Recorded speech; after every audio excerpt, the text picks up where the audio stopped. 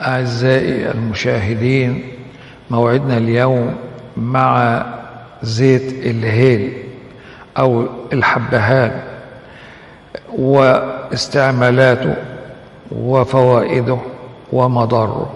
زيت الهيل هو زيت عطري يتم استخراجه من بذور الهيل الحبهان، وهو نبات ينمو في الهند وسريلانكا وجنوب شرق آسيا. يعرف الهيل بطعمه الحلو ورائحته القوية، كما أنه يستخدم في العديد من الأطباق الهندية والجنوب شرق آسيوية. يتمتع زيت الهيل بالعديد من الفوائد الصحية، بما في ذلك: أولا، تحسين الهضم.